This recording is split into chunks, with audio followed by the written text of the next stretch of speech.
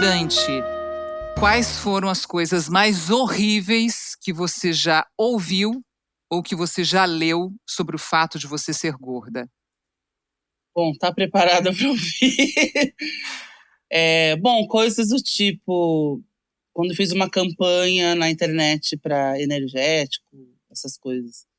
Aí eu lia coisas sobre, tipo, essa mulher vai morrer e não vai ter nem caixão pro tamanho dela. Ela não tem nada a ver essa pessoa fazer propaganda de ligada a esportes e coisas do tipo, assim, daí para baixo. Foi um ataque tão forte, isso foi acho que 2016, que eu fiquei de cama uma semana, assim, tão abalada que eu fiquei, assim, simplesmente por ser uma pessoa gorda que estava aparecendo uma campanha linda, maravilhosa, com a minha amiga Ju Romano, e as pessoas não aceitaram isso. Então, por aí, foi daí para baixo, assim. Nem vou falar o resto, porque foi muito feio. Hoje em dia eu dou risada, né? Mas na época. Não é fácil, né? Essa é a Flávia Durante, minha gente, que é comunicadora de formação, DJ, empresária, ativista. Criou a Pop Plus, que é uma feira de moda e cultura voltada para corpos diversos. E também recebo hoje aqui no Dane-se a Ana Luísa Garritano, que é professora do Senac, consultora e pesquisadora de moda inclusiva, que é docente de moda e modelagem também no Senac, né, Ana? Sim, sou professora. Sejam muito bem-vindas ao Dane-se dessa semana. Obrigada. Você que tá aí, já viu, né? Hoje é soco no estômago, fazer a gente pensar, refletir sobre coisas que a gente fala e acha que é normal. Você acha que a outra pessoa não vai se sentir atingida, ferida? Cuidado, esse tipo de julgamento, né, Flávia, é bem perigoso. Ana, você, além de você ser consultora e pesquisadora de moda, tem outra coisa que te define também, que é a sua síndrome. Sim. Você tem uma síndrome chamada Carpenter, é isso? Isso mesmo. Quais são as características dessa síndrome? Bom, Ana? ela é uma síndrome rara. Ela afeta, meus pais tiveram o mesmo problema no gene recessivo. E ela afeta, eu nasci sem a moleira, então eu tive que fazer uma cirurgia muito nova para o cérebro ter espaço para crescer ali. E ela afeta fisicamente, né? Além dessa malformação do crânio, ela afeta meus ossos. Então, eu tenho essas diferenças, né, que eu falo, de osso no corpo todo. Perna, joelho, na coluna. Então, ela afeta essa condição óssea, né, mais relacionada ao osso. E também tem a condição genética, né, que os médicos falam que é uma condição genética, que vem praticamente quase toda a síndrome, que é a relação de ser uma pessoa gorda, né, vem no gene já. Então, é uma coisa que nasceu comigo também. Então é isso que a gente tem que pensar também, né? Às vezes é a genética da pessoa, é a construção corpórea dela, não é uma questão de comer ou não, né? Não é só isso. Tem outros vários fatores que façam com que as pessoas sejam diferentes. Cada uma tem seu corpo, né? Ninguém é igual. Acho que é isso que a gente tem que entender. Ninguém tem as mesmas vivências. Exatamente. E eu comecei falando assim com a Flávia, nessa pergunta que dói quando você escuta o fato de você ser gorda. Eu até perguntei para a Flávia antes de a gente começar a gravar, Flávia, eu falo que você tá acima do peso, eu falo que você tá gorda, porque a gente também tem essa dificuldade hoje em dia, até em forma de respeito com a outra pessoa, que eu não sei se você vai sentir mal de ouvir falar, eu tô acima do peso, eu tô gorda, porque essa palavra gorda dói no ouvido das mulheres. E dói no seu também, acredito eu, ou não? Hoje em dia você já ligou o dane-se e falou, eu sou gorda mesmo e dane-se todo mundo. Hoje em dia não, porque a gente entendeu, né, depois de tantos anos aí de ativismo, né, de trabalho com essa comunidade, que gordo é uma característica, assim como alta, magra, baixa, preto ou branco. Então isso não me afeta mais, né? Lógico, dependendo do tom que a pessoa usa, né, do ódio que a pessoa vai usar, né? Mas eu acho que é preferível falar uma pessoa gorda do jeito que é, né, sem firulas, do que fofinha, fortinha, né? Então, todos esses jeitos aí de dourar a pílula que acabam sendo mais incômodos do que você falar o papo reto, né? Papo reto, é. Então, mas a gente entende que ainda a palavra tem um peso, né? Uma carga negativa, mas a tendência é a gente usar as coisas do jeito que elas são, assim como a comunidade das pessoas, a comunidade negra, né? Hoje em dia fala preto, negro, sem medo, não tem aquela coisa do moreninha, mulata, pretinho, e as pessoas com deficiência falam surdo, cego, não é mais deficiente visual, auditivo, já falam o nome mesmo. E é isso, a gente não tem que ter medo do que a gente é. Assumir quem você realmente é. Sim. E eu imagino que você, Ana, na sua infância, o fato de você ter a síndrome de Carpenter e você sempre já foi acima do peso desde criança, sempre Sim, eu nasci com 4.400, eu era uma bebê grande. bebê grandona. Sim, e aí desde pequena assim, os médicos alertavam que além, né, das questões do crânio, era uma questão que meus pais tinham que ficar muito atentos, né? Ela tem essa tendência, era isso, né? Tem essa tendência. Só que eu já nasci uma criança muito grande, né? Não teria como eu, do nada, diminuir, né? Então, isso sempre me acompanhou, assim. Todos os médicos que eu ia, às vezes você vai falar, eu acho que a Flávia também já passou por isso, você vai falar, eu tô com uma dor, principalmente que a minha síndrome é uma síndrome óssea, hoje eu sei que eu tenho artrose em alguns lugares. Mas se você emagrecer um pouquinho, talvez melhore essa dor, né? Talvez... E às vezes não, às vezes a gente tá com uma condição física ali que a gente precisa ser olhado, né? Então acho que é isso que a gente precisa mudar um pouco, assim. Olhar com a pessoa antes da característica física dela, né? Imagino que deve acontecer, né? Você chega no médico para ver um negócio e a resposta é sempre, mas se você perder peso... Emagrece que passa. E aí você emagrece, continua o problema. Então não resolve nada, né? Porque você chega hoje em dia num médico e antes da boa tarde ele já manda fazer uma bariátrica.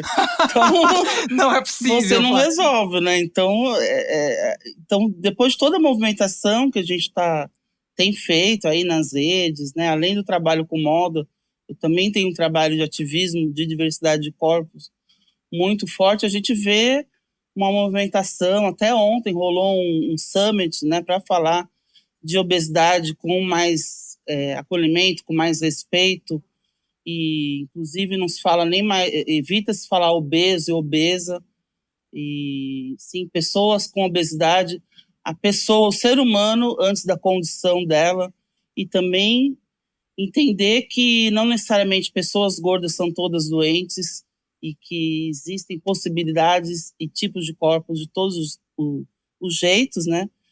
E a gente busca mostrar que não que todo mundo tem que ser gordo, ou todo mundo tem que ser magro, ou sarado, ou de um jeito, ou de aquilo, mas sim que as pessoas tenham as suas particularidades respeitadas e compreendidas, né? Então, você chegar no médico e ela ser avaliada como um todo, como um corpo todo, individual, único, ela não receber uma dieta de gaveta, a mesma para todo mundo, o mesmo remédio para todo mundo, o mesmo exercício para todo mundo, porque cada pessoa vai responder de um jeito, né? Então, ninguém pode ser tratado de um jeito só, né? Exatamente. Ana, de alguma forma você já tentou se encaixar, se enquadrar nesse padrão social que é imposto da mulher estar magra e já aconteceu isso com você? Sim, eu acho que a fase da adolescência é a pior, assim.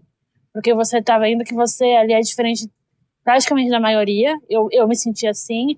Então, assim, eu via a dieta como uma forma de eu me encaixar, né? Eu falo não só da dieta, eu fiz alguns procedimentos estéticos na questão da síndrome, porque eu via que era a forma que eu ia me encaixar socialmente, entendeu? E hoje em dia eu percebo que não, né? Assim, eu nunca vou deixar de ter a minha síndrome, porque é uma coisa que nasceu comigo. Sim. Coisa genética. Então, não vai ter como de um dia pro outro eu vou fazer uma baita cirurgia e vou acordar sem ela. Não tem isso, entendeu? Então, acho que foi muito essa aceitação com terapia, com essa questão de falar mais sobre, né?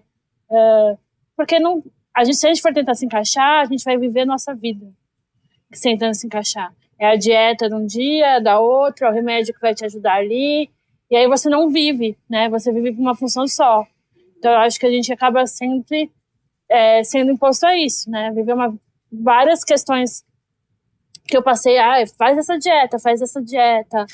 E não é, né? Às vezes é só ali, eu tava bem ali e não precisava disso, mas você cresce, acho que a adolescência é uma época muito difícil, né, de você ver ali. Você sendo uma pessoa diferente das outras, é mais complexo, é bem mais complexo. E eu imagino que ter o apoio da família nessas horas faz toda a diferença, né? Sim, meus pais sempre me apoiaram para eu ser quem eu quisesse ser, entendeu? Eu acho que eles sempre conversaram comigo sobre muitas coisas da síndrome. Meus pais nunca esconderam nada, assim. Eu acho que eu vejo hoje em dia que alguns pais tentam esconder, muito antigamente também, né? Se tentava esconder a pessoa com deficiência. E hoje eu vejo que meus pais nunca fizeram isso comigo, né? Eles me colocaram ali, falaram que eu era capaz de fazer o que eu quisesse. Se eu quisesse fazer moda, faz moda. Se eu quisesse ser médica, eu posso ser médica, sabe? Eles deixaram a minha escolha, assim. É óbvio que o pai sempre avisa, né? Pra não fazer uma burrada muito grande. Mas, assim, essa questão de estudar e tudo mais, eles sempre falaram que eu era muito capaz de ser o que eu quisesse. Eu acho que isso é importante. Ô, Flávia, você já tentou se enquadrar de uma certa forma nesse estereótipo social? Como a Ana falou que ela já tentou. Então, eu fui engordar, na verdade, já depois de adulta, depois dos 20 e poucos anos. Então, eu já tinha uma cabeça um pouco mais estruturada, né? Né? Mas, lógico, passei por tentativas de dietas e tudo, mas nunca foi uma coisa assim que ocupou muito tempo da minha vida. A hora que comecei a engordar, a época que me incomodou, eu tentei fazer dieta, não deu certo também.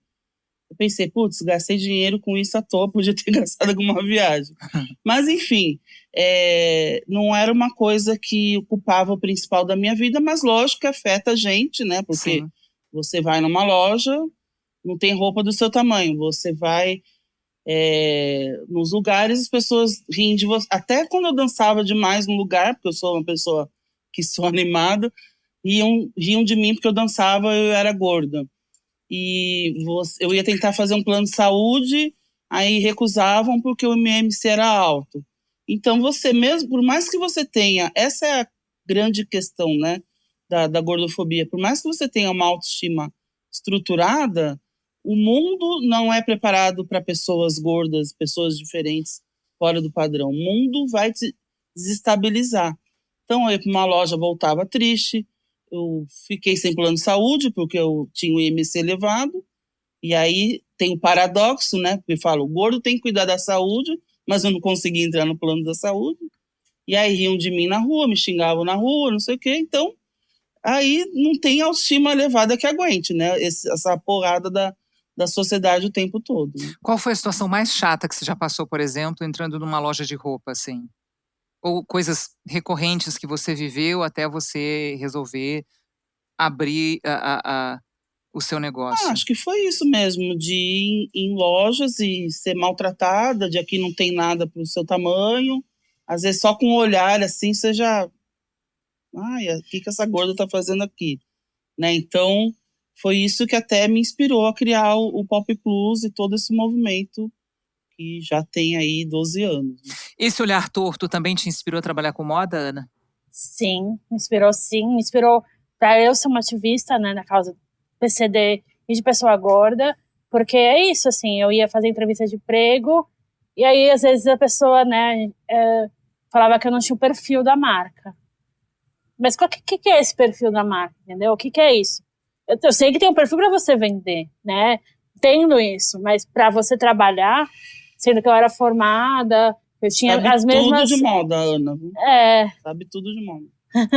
Então, sendo que eu sou formada e tudo mais, mas é isso, assim, às vezes a pessoa ali que era indicada, que às vezes não tinha nem informação, entrava porque ela tinha esse perfil. E esse perfil, até hoje, é visto como as modelos, né? Você vai em muita marca de luxo, e as mulheres que trabalham ali são modelos, são ex-modelos, são pessoas que estão na atividade e procuram outro emprego. E também acontecia outro preconceito, além de ser uma pessoa gorda, é o capacitismo, que é a infantilização da pessoa com deficiência. É você criar que ela não é capaz. Então também rolava esses dois paradoxos. Eu não tinha o perfil e eu não era capaz para aquele emprego, entendeu? Então aí você ficava naquele limbo ali, né? E isso me inspirou porque eu comecei a entender quem eu era. Eu acho que é mais importante, que a Flávia também falou, né? Você se entender quem você é e falar, cara... Aí eu comecei a ver esses vários buracos que tinha. E aí eu comecei a pesquisar, né? Eu tive uma influência muito forte de uma professora minha, que ela falou, escreve sobre isso, você precisa escrever sobre isso, você precisa falar. E aí eu comecei a escrever e falar sobre. Isso me deu a oportunidade de trabalhar como professora, né? Porque eu me tornei, né, vista, e aí as pessoas começaram a me indicar para lugares. Então isso me fez, né, também ter um emprego. Mas essa questão de, até hoje, a moda, ela é sobre aparência. Eu acho que é muito isso. É sobre uma aparência que você tem que ter para trabalhar no lugar. E aí você vai tirando a capacitação das pessoas, né? Você está falando de capacitismo e também o fato de ser gorda, né? Então, são duas coisas que te impediam de entrar no mercado de trabalho. Sim. Mas o que é muito legal, você não perdeu a sua força de vontade, você se manteve firme, forte ali, falando, não vou desistir, vou continuar, vou lutar. E de onde veio essa força, Ana? Eu acho que foi da força dos familiares, dos meus pais, que eles sempre me falaram para eu estudar, né? Eu vou falar uma coisa aqui que eu acho que é importante. Eu sou de uma família que tem uma condição financeira de poder não ter, né, essa oportunidade de trabalhar. Na verdade, não consegui emprego. Eu tentava outras coisas, mas não conseguia. Minha família tem uma estrutura financeira que eu consigo ficar... Eu sei que tem outras pessoas com deficiência que acabam assumindo empregos não qualificados porque tem que sobreviver. Sim. E aí eu falava, eu quero trabalhar com moda, e eles, vamos junto. Óbvio que quando eu caí, eles me levantavam.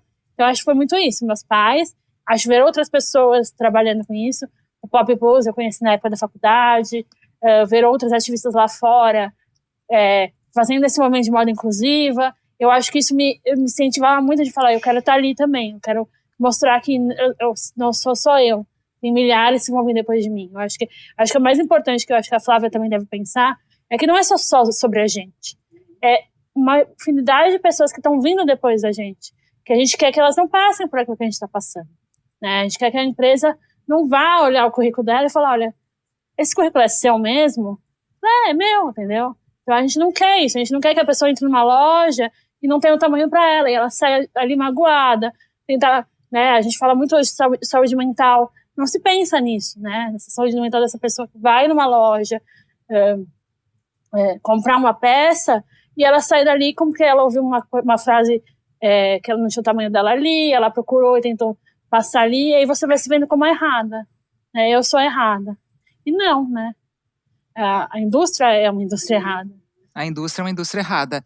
Quando foi que teve assim a gota d'água? Falou, chega, cansei de ser maltratada, não encontro a roupa que eu quero, sou uma pessoa cheia de personalidade, que você é, com essa alegria, com esse colorido, eu falo, bom, a moda hoje não me representa, então, ok, vamos mudar e vou tentar ajudar outras mulheres. Quando que você teve a ideia de criar o Plus Size? Eu sou do litoral de São Paulo, né? Sou de Santos, então eu sempre gostei de usar biquíni, fio dental, asa delta, neon, todas as modas de biquínis eu sempre usei. A partir do momento que eu comecei a engordar, isso foi tirado de mim. Só podia usar maiô preto, né? Aquelas biquínis mais tradicionais. E aí eu odiava, né? Mas aí chegou um momento que não, só tenho maiô preto, eu vou usar isso, né? Essa bodega aí, essa vou porcaria usar, senão aí. eu não vou pra praia, né? Prefiro, né, do que ficar... Tem gente que não vai nem pra praia quando tá gordo. Aí eu usei, né? Fiquei usando um maiô preto 1 ano.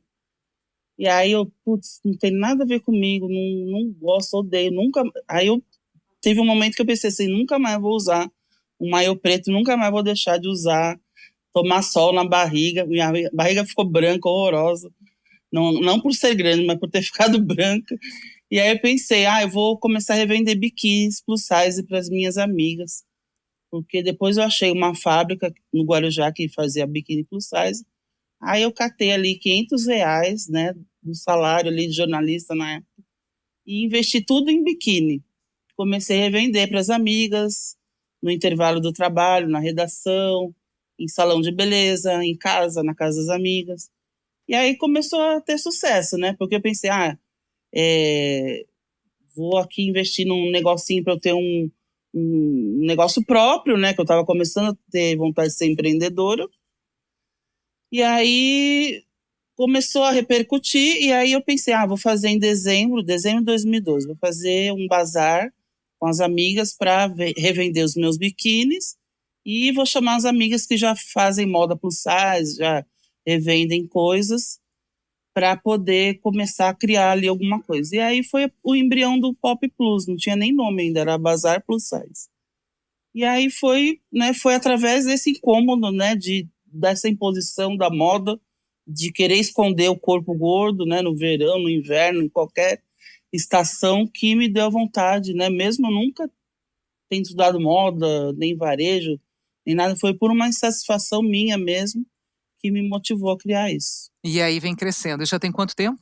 Já tem 12 anos, vai 12 fazer anos. 12 anos agora em dezembro.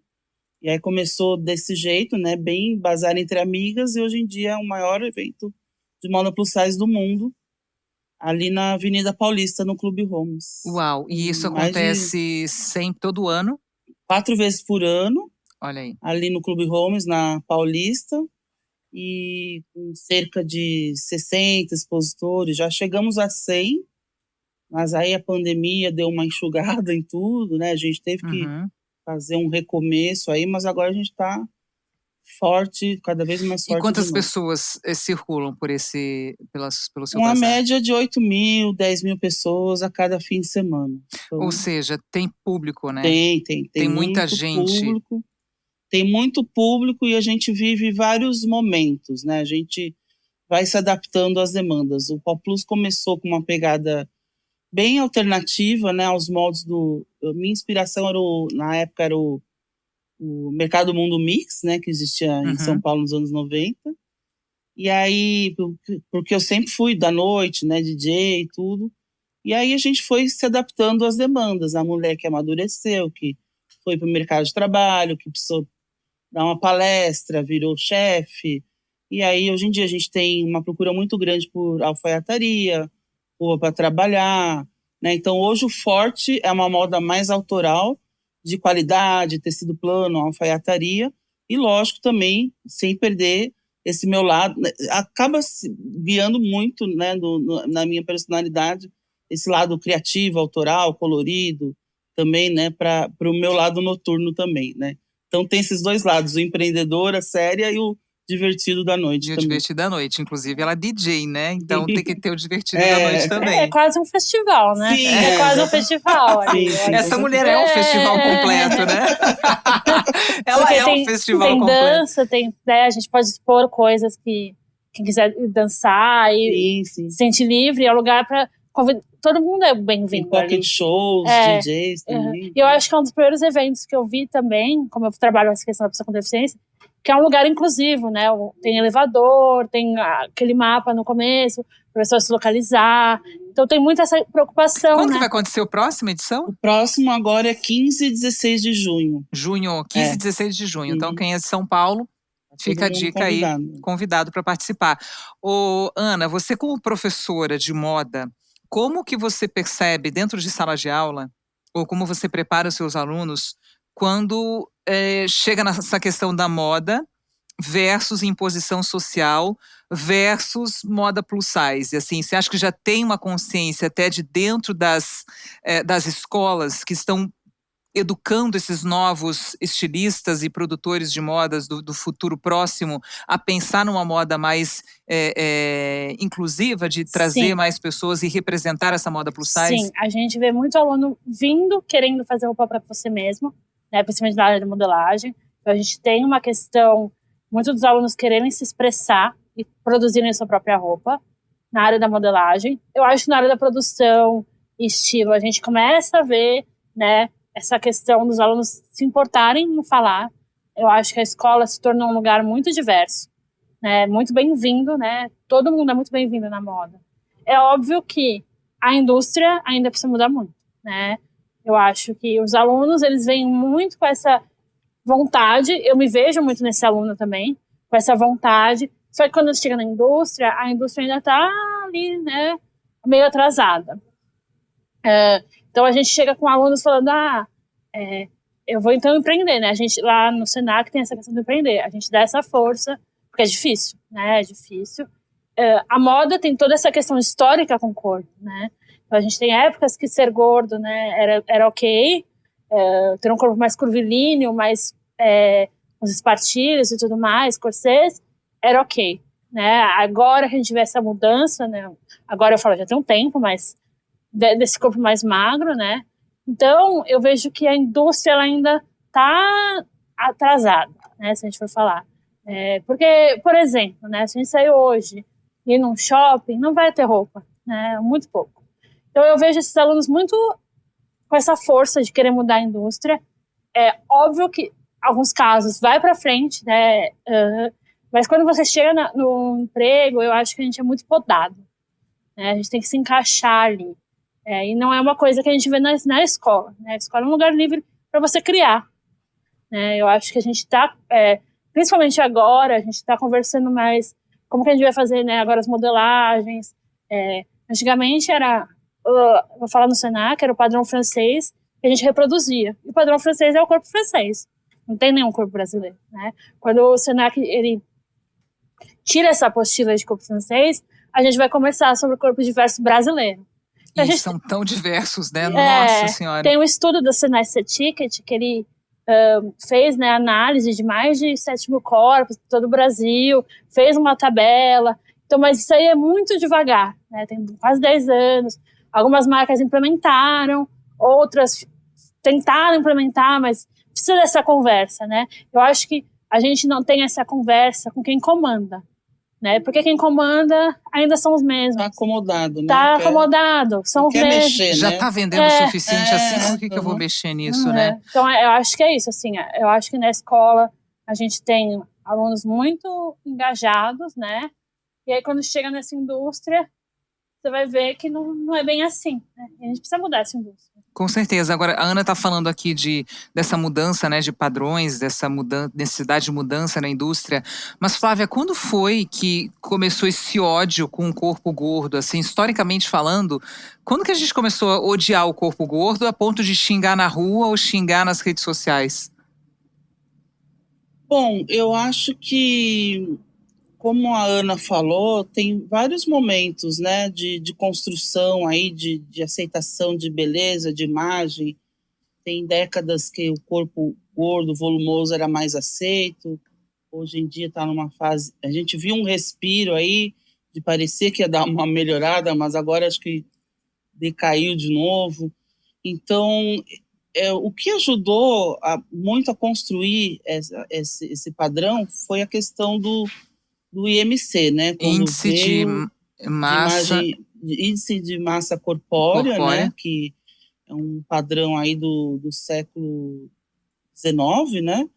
Que foi criado perante a necessidade da Revolução Industrial, das guerras, de terem corpos ideais para as guerras, para a Revolução Industrial, ou seja, corpos europeus, né, do século retrasado, e que está começando a cair, né, mas ainda é utilizado na maior parte até hoje para mensurar a saúde e padrão de corpos diversos até hoje. E muita gente acaba adoecendo em nome desse padrão que ela nunca vai conseguir, né? Então, e criam-se vários paradoxos, né, em torno disso, porque gente que não é aceita em plano de saúde, porque não tem o IMC, e aí como é que ela vai cuidar da saúde, né, se ela não é aceita nem no plano de saúde que era para cuidar disso. Então, eu acho que foi através da criação desse padrão, né, que isso ficou mais forte, né, porque aí foi criado esse contexto de corpo gordo não era capaz de trabalhar, de ir para guerra, né, enfim, é tudo em nome, né, do dinheiro, do trabalho, do capitalismo. E hoje em dia a gente vê que não, né, existem corpos para diferentes necessidades, né, capacidades. A gente vê, por exemplo, nas Olimpíadas, corpos gordos no judô, em arremesso de peso, levantamento de peso. E você não pode chegar e falar que essas pessoas são doentes, incapazes, né? Muito pelo contrário, são atletas olímpicos, né? Então, tem pessoas gordas que vão se dar bem em uma coisa, em outra, Sim. em outras não.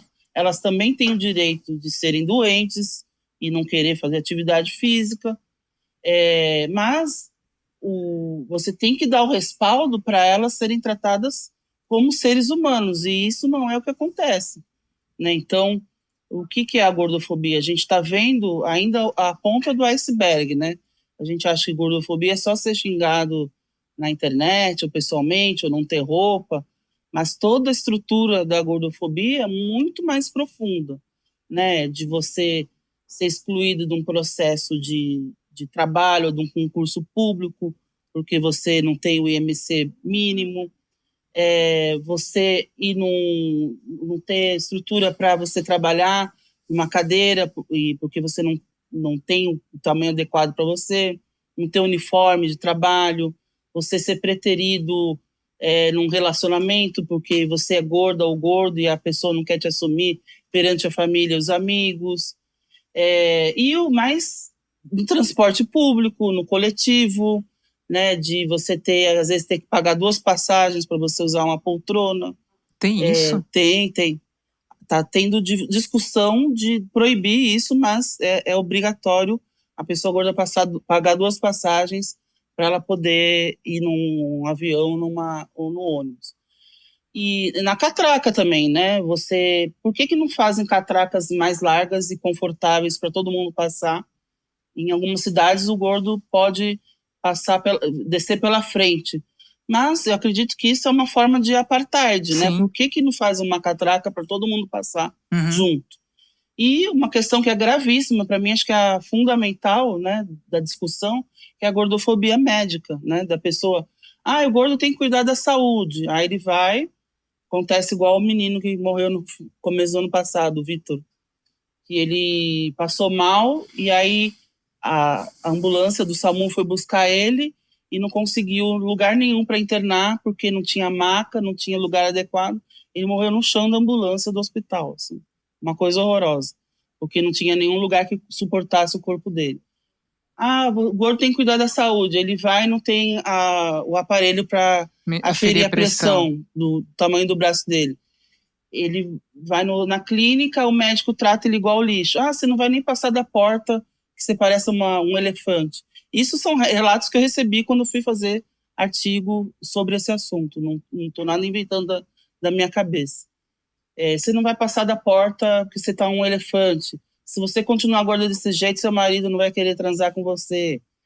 Ou então ter que ser encaminhado para um hospital veterinário ou hípica para ser tratado ou pesado, porque não tem o equipamento, às vezes, acima de 120 quilos. Então, né, acho que a gente ainda está no começo da questão, né? E é importante que seja cada vez mais falado, mas a gente precisa de coisas que vão mais a fundo, né? De políticas públicas e que as pessoas gordas se sintam acolhidas e não... Se vai no médico e ele fala desse jeito, você nunca mais vai no médico. Aí que você vai ficar ruim de saúde, né? Então, para que a medicina, a ciência entenda e seja mais acolhedora e respeitosa com os nossos corpos, né? É meio chocante o relato da Flávia, assim. Meio pesado, mas tem que ser falado, não, tem né? que falar, tem sim, com certeza, tem que ser falado. E às vezes não sai nem... Aí a gente vai falar, mas por que a gente tá falando de saúde? O que a moda tem a ver? Como que a pessoa sai da rua sem roupa, né? Então, para ela precisa ir no médico. O médico já vai tratar ela mal, ela já sai de casa mal porque não tem roupa, né? Acho que tem uns relatos, não sei se a Flávia já viu, antigos, de pessoas que faziam com cortina a roupa, né? Sim. Se rolava na cortina, com toalha. Toalha, porque não tinha, né? E aí não tinha essa condição de pagar, às vezes, uma costureira, alguma coisa. Então dava um jeito. Ou não tem, né? Na cidade delas. Né? Não tem, Hoje em dia se fala muito de propósito, Ana. Você acha que através da moda você encontrou o seu propósito de vida? Sim. Encontrei meu propósito. Não é moda simplesmente para fazer moda, né? Não é moda para fazer moda quando a gente não inclui todos os corpos, né? Eu acho que vou puxar um pouco do que a gente está falando muito de sustentabilidade na moda hoje. E a moda não vai ser sustentável se ela não incluir todos os corpos. Entendeu? Se a gente não tiver uma marca completamente sustentável, sem trabalho escravo, que não está incluindo todos os corpos, né? Porque é necessário. A sustentabilidade fala do social das pessoas. Então, eu acho que esse é o meu propósito. Assim, é chegar e... É óbvio que não é fácil, né? É muito difícil conquistar as coisas. Mas eu vi que na academia tem uma aceitação maior quando a gente conversa nesses assuntos, né? Entre professores, entre mestres, doutores, têm esse acesso. Então, eu vi que esse era o meu propósito, sabe? Eu vou por esse caminho. Já que me abriram essa porta por esse caminho, é por esse caminho que eu vou. É levar dignidade levar através da todos moda. Os corpos. Porque a gente fala também, né, do gordo com deficiência também, tem esses mesmos problemas, né? Você chegar num lugar e não ter acessibilidade, né? A gente fala que a gente pensa acessibilidade à rampa, mas acessibilidade é tudo isso que a Flávia falou. É tudo isso, não é só a roupa, né? Não é só a rampa, falando roupa. Não é só a rampa. Você ter um acesso digno, você conseguir passar por uma porta, você conseguir entrar e se mover sozinha, não precisar de outras pessoas. Então, eu falo que a moda inclusiva, ela fala muito com moda plus size, moda com deficiência, porque são os mesmos aspectos, né? As mesmas exclusões que a gente vive. Então, por isso que é importante. Eu acho que eu achei meu propósito nesse lugar, assim. E aí, é óbvio que eu estou bem no começo, né? Eu falo, eu tô bem no começo. Tem 2 anos que eu trabalho, que eu sou professora, mas eu acho que é um ato revolucionário a gente ter professores diversos, né? Uma instituição ter vários tipos de professores. E a gente tem agora isso acontecendo. Essas novas gerações, vocês acham que elas já vêm mais preparadas, mais conscientes, não aceitando essa padronização social que é imposta? Eu imagino que sim, né, Flávia? Acho que você que tem o seu bazar, você já consegue perceber essas novas gerações chegando e exigindo até do mercado a moda para todo mundo mesmo, né? Sim, eu vejo muito isso, porque a gente tem todas as faixas etárias, né, entre os nossos clientes, e a gente vê as meninas mais novas, assim, de 16 a 20 e poucos, já tem totalmente outra postura. Elas já vão no diferentão, já querem o cropped, o tule, o transparente. Já não é mais uma questão para elas isso de esconder ou não. É ou não é, né? Então, elas já querem isso.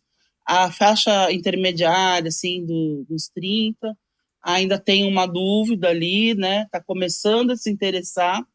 E a minha faixa etária para cima, porque eu sempre fui, né, meio diferentona, assim, né, então nunca liguei. Mas a minha faixa etária para cima ainda quer uma coisa que disfarce um pouco, mas também isso está começando a mudar também, né, porque a gente tem mulheres de 60 também que usam as roupas super modernas, assim, né, então a gente vê nitidamente, assim, essa diferença.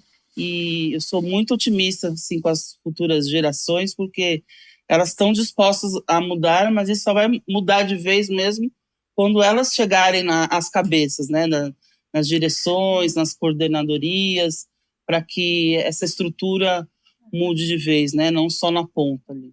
Porque acho que também tem uma coisa, em algum momento a gente cansa de lutar, né? Você fala assim, por que eu tenho que lutar todos os dias para me encaixar nesse padrão e tal? E a gente vai amadurecendo e vai aprendendo e vai fazendo terapia. Só quer existir, né? E aí só você fala, nossa, né? eu só quero viver, respirar e ter uma roupa confortável, na roupa que eu me sinta bem. Não quero ficar provando que eu sou normal todo. Quero falar de música, de viagem.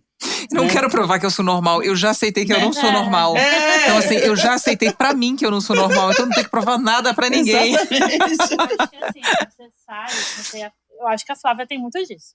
Você sai e você pensa, vão olhar pra mim, será que vai ter lugar pra eu sentar? Será que a cadeira vai ser confortável? Será que eu vou poder ficar sentada? Porque às vezes os lugares, por exemplo, você gosta de balada, a maioria das baladas não tem um lugarzinho pra você sentar e descansar, entendeu? Então, é isso que a gente tem. A gente pode nem sair pra relaxar, às vezes. Porque... Agora tá uma moda em São Paulo de bar com cadeira de praia, eu tenho pavor. Já não gosto nem na praia, ainda mais em bar, né? Aquelas cadeiras que você senta e afunda na hora. Meu Deus do céu. Como é que sai? Não sai nunca mais. Mas isso é difícil pra todo mundo. Então, exatamente. Tá moda isso em São Paulo agora? Agora esses bar hipster, né? Que quer criar como se fosse um quintal. E aí tem cadeira de praia, né? É um horror, Deus me livre. Façam cadeiras de ferro que aguentem todo mundo. É isso, você não pode nem sair pra, sei lá, tomar um sorvete na esquina que já faz um monte de monstros, assim, que vão acontecer, na maioria das vezes. Vai chegar num lugar, é uma cadeira de plástico pequena, ou sei lá, não tem uma acessibilidade ali, você não consegue passar na porta. Então, você não consegue nem sair pra relaxar, entendeu? Porque já vem um monte de questão na sua cabeça ali. Ao longo da vida de vocês, você trabalhando com moda, Ana, o que você percebeu, ou o que você aprendeu, o que você carrega de mais forte dentro de você? Assim, sobre a moda eu aprendi isso que me marcou mais. Pode ser qualquer coisa, qualquer detalhe que você percebeu, que você falou, nossa, isso mudou a minha vida? Eu acho que foi quando eu comecei. Não foram. Foi ser acolhida, né? Eu acho que foi isso muito. Quando eu cheguei, vou contar um pouco como foi. Eu passei por uma entrevista que não foi legal. Eu cheguei para falar com uma professora minha e ela me acolheu, né? Eu acho que foi o que marcou para mim. Ela chegar e falar, Ana, vamos fazer uma iniciação científica, né, para a faculdade, vamos conversar sobre isso. E aí eu vejo que outras pessoas, eu fui passando para outros professores, então que não era um incômodo meu, né, eram pessoas padrão ali. Eu estava com pessoas que eram padrão, não eram nem um pouco diferentes. E elas já estudavam sobre isso e queriam que eu. Então, eu acho que isso me marcou muito, assim. Eu falo que essa conversa com essa professora mudou minha vida, porque ela me pôs na iniciação científica, ela me pôs para pesquisar, e aí eu conheci outras pessoas, e aí hoje eu sou uma professora por causa dela, né? Porque ela depois me indicou para o Senac. Então, eu acho que esse acolhimento foi importante. Fez toda a diferença. Que eu não tava louca ali, né? Não tava vendo coisas que da minha cabeça ali. Eu sabia que às vezes eu achava, né? Não sei Ou seja, foi uma mulher que te ajudou. Foi uma mulher que ajudou. E para você, Flávia, se pudesse pensar numa mulher que fez a diferença na sua vida, que mulher foi essa? Que te acolheu e de uma certa forma falou assim, vai por aqui, ou faz isso, ou te deu um conselho, ou te deu uma dica, ou te falou uma palavra que você falou, nossa, ela mudou minha vida. Nossa, assim, uma específica, eu não lembro, mas acho que toda a comunidade do Pop Plus, assim, a todo momento, quando eu acho que, putz, já aconteceu de tudo, no Pop Plus vem uma história mais linda do que a anterior, assim, porque a gente ainda tem muito nó aí para desatar, Nossa. Muita mulher para se soltar. Então eu vejo todo o tempo mulheres chegando, Flávia, a primeira calça jeans que eu tô comprando, o primeiro biquíni que eu tô usando, o primeiro vestido vermelho que eu encontrei, né? Então eu falo que eu sou responsável pela primeira vez de muitas mulheres, né? Porque a todo tempo vindo uma história assim mais inspiradora do que a outra, e eu acho que são as mulheres mesmo do dia a dia ali do Pop Plus que me inspiram a todo momento. E muitas vezes quando eu estava querendo desistir de tudo e virar só uma DJ assim na noite, sumir da moda, são elas que vêm, Flávia, por causa do Pop Plus eu mudei totalmente minha vida, porque eu entendi que eu era digna de usar uma roupa bonita e a moda me despertou para um trabalho melhor, para me liberar de um relacionamento abusivo e de várias coisas, né? Porque a gente vê a moda como isso, né? Como uma questão de dignidade, não só de vaidade e de estética, né? Mas de dignidade, de pertencimento, de acolhimento, né? Então, são as mulheres mesmo do dia a dia que estão aqui presentes sempre ao nosso lado. E, às vezes, gente que eu nem imagino que está vendo o que eu estou fazendo, às vezes surge uma mensagem do nada no Instagram que, nossa, obrigada, assim, eu estava a ponto de desistir de tudo, de largar, de prestar concurso público, e você me salvou com essa mensagem aqui. Ô, Flávia, o que você tem em comum com a Anitta, com a Bianca Andrade, que é a Boca Rosa, né? Antiga Boca Rosa, agora é Bianca Andrade, com a Bruna Tavares e com a Manu Gavassi? Ó, quem diria, né? Que eu ia estar no meio desses nomes. Anitta, Bianca Andrade, Bruna Tavares e Manu Gavassi. Eu concorri ao prêmio MTV Miau, né? De Girl Boss. Foi, acho que, há uns 2 anos, né?